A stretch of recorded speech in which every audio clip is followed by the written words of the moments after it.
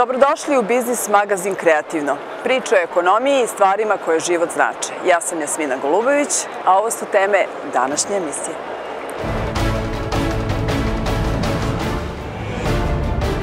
Hoće li Volkswagen doći u Srbiju? Beogradski sajam automobila. Srbija na ekonomskim rang listama.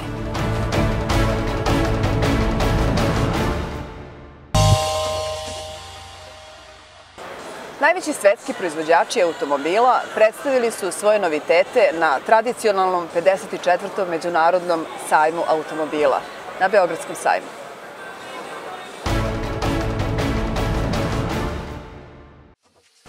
Odmah posle renomiranog sajma automobila u Ženevi, najveći proizvođači automobila predstavili su svoje najnovije modele i na tradicionalnom 54. Međunarodnom sajmu automobila u Beogradu. Među više od 400 izlagača iz 30 zemalja na sajmu automobila, ali i na sajmu motocikala u halama Beogradskog sajma predstavilo se 35 automobilskih brendova koji su predstavili čak 48 premijera, ali i dodatnih 32 noviteta ili redizajna. U sektoru lakih motornih vozila na sajmu se predstavilo 11 brendova. Na izložbi motocikala Moto Passion se predstavilo čak 36 brendova sa impozantnih 50 premijera.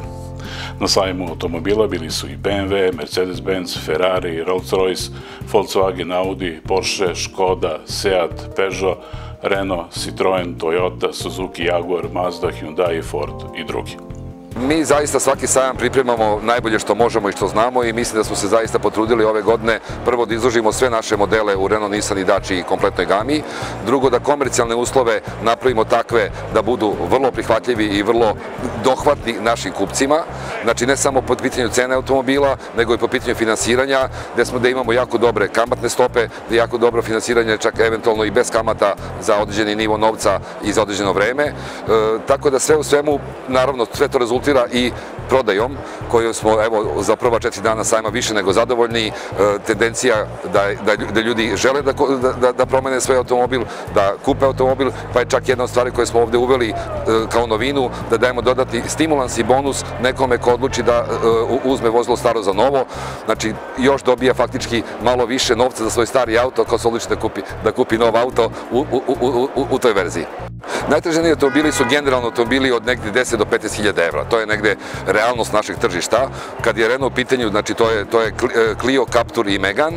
Kad je Dacia, to su sve verzije Dacia, jer su one zaista popularne po cenama. I kad je Nissan, naravno, to je Qashqai koji prednjači u svom segmentu. Noviteti da smo povratili par modela iz game Hyundai. Jedan je ovaj i30 i i10, koji nije bio u ponudi na srpskom tržištu skoro 3 godine. Na to smo jako ponosni da smo uspeli se dogovoriti sa Hyundaiom, jer zaslužuju ti modeli priliku da se prodaju na srpskom tržištu. Isto tako imamo novu Elantru, koju smo sada počeli prodavati na sajmu.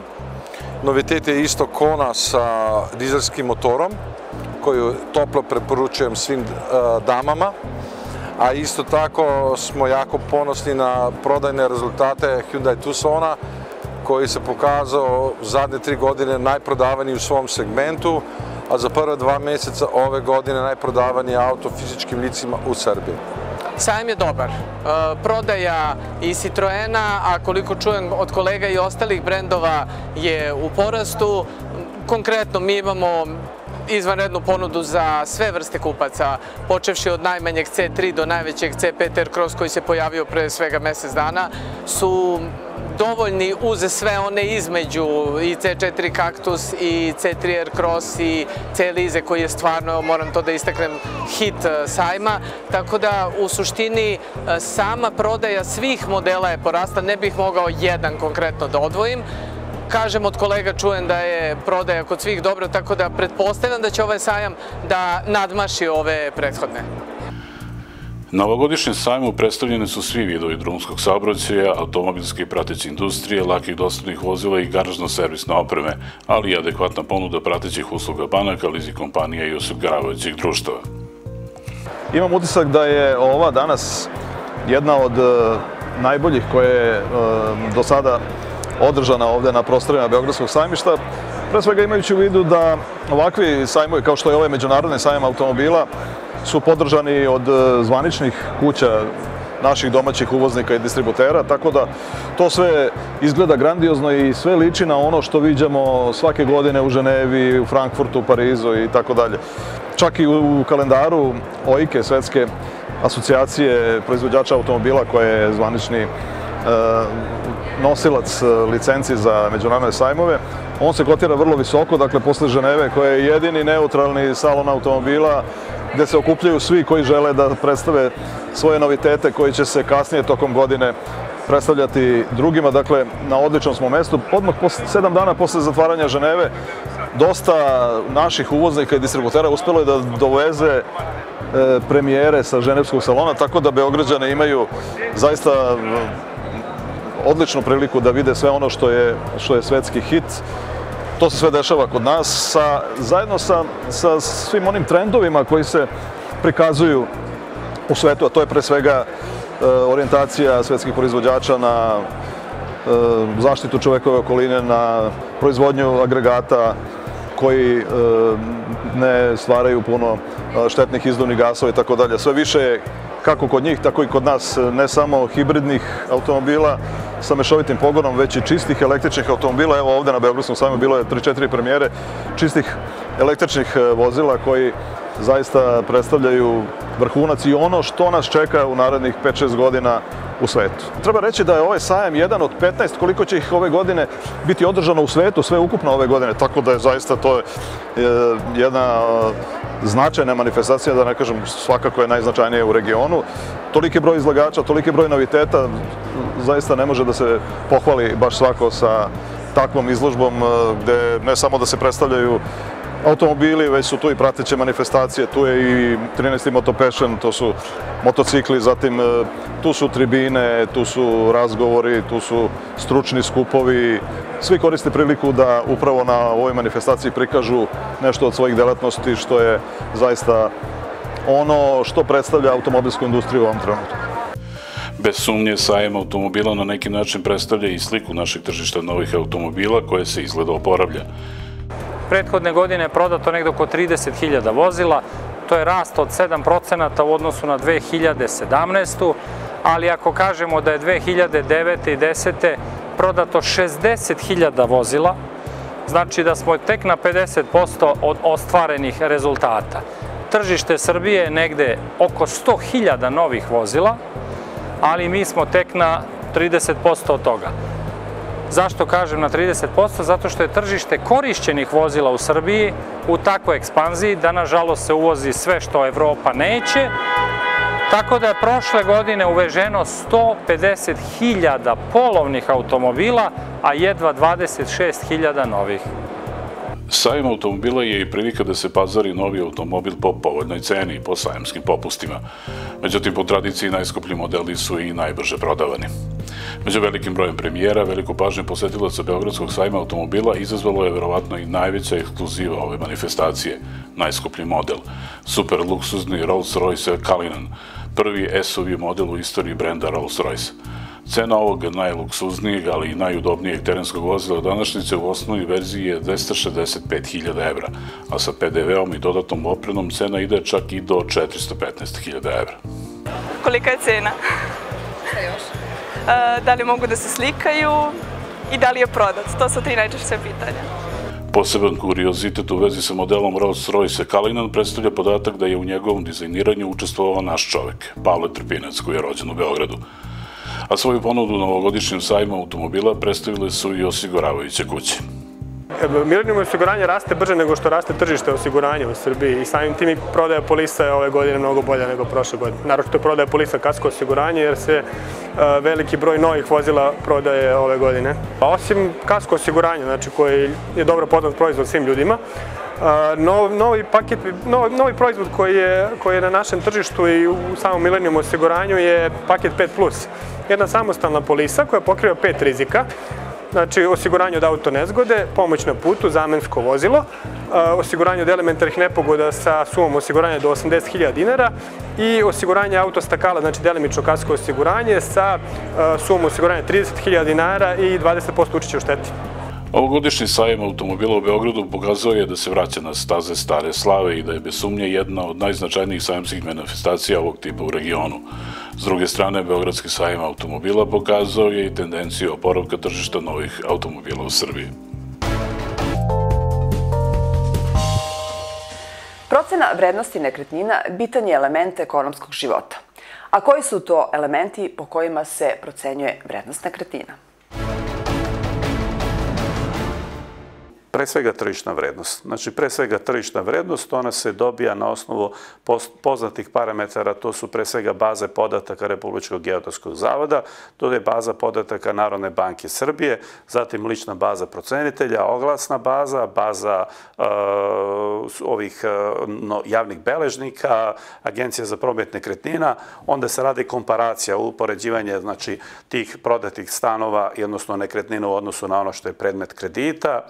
Zavisno od toga za koje namene radimo. Postoji tržišna vrednost, postoji fair vrednost, postoji sinergijska vrednost, postoji likvidaciona vrednost, postoji investiciona vrednost. Znači, zavisno od namene i uslova pod kojima je angažovan procenitelj, od toga zavisi, da kažem, i krajna cifra.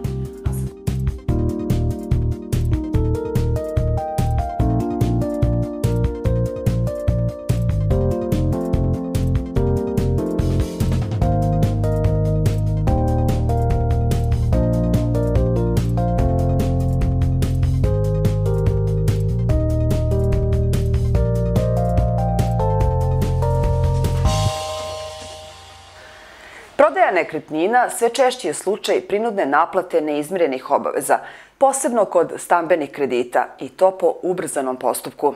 A da li je takva prinudna naplata u skladu sa evropskim tendencijama?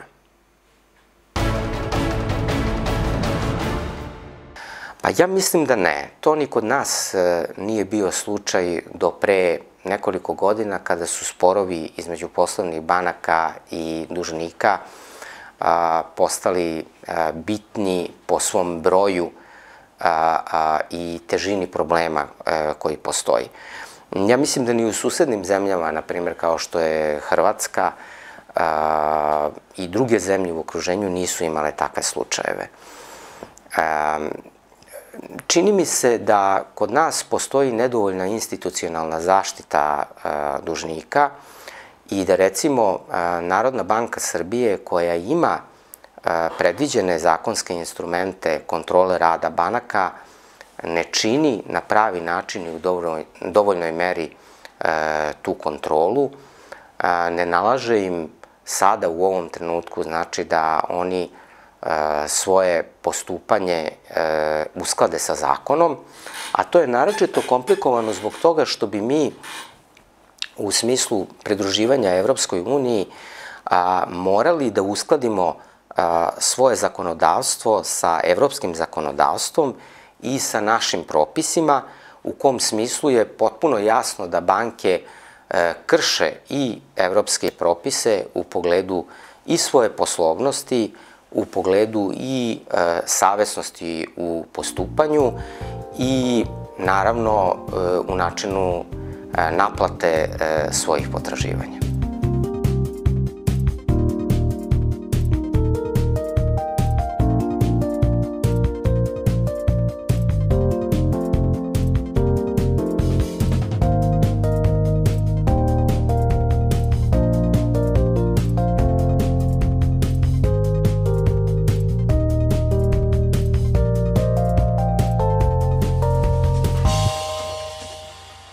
I za kraj emisije još malo lepote sa Beogradskog sajma automobila.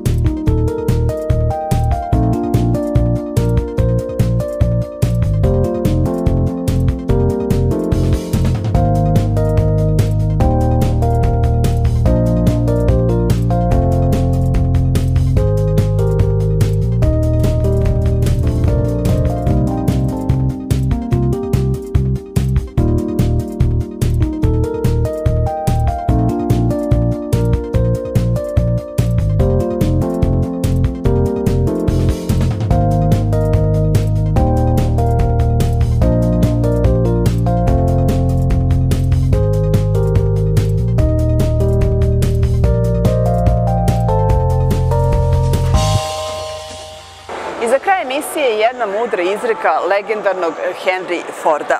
Preko noći postaje slavan samo onaj ko je neumorno danima radio. A koliko ste vi radili i koliko ste uspešni? Gledali ste Biznis magazin Kreativno. Vidimo se i naredne nedelje u isto vreme. Doviđenja.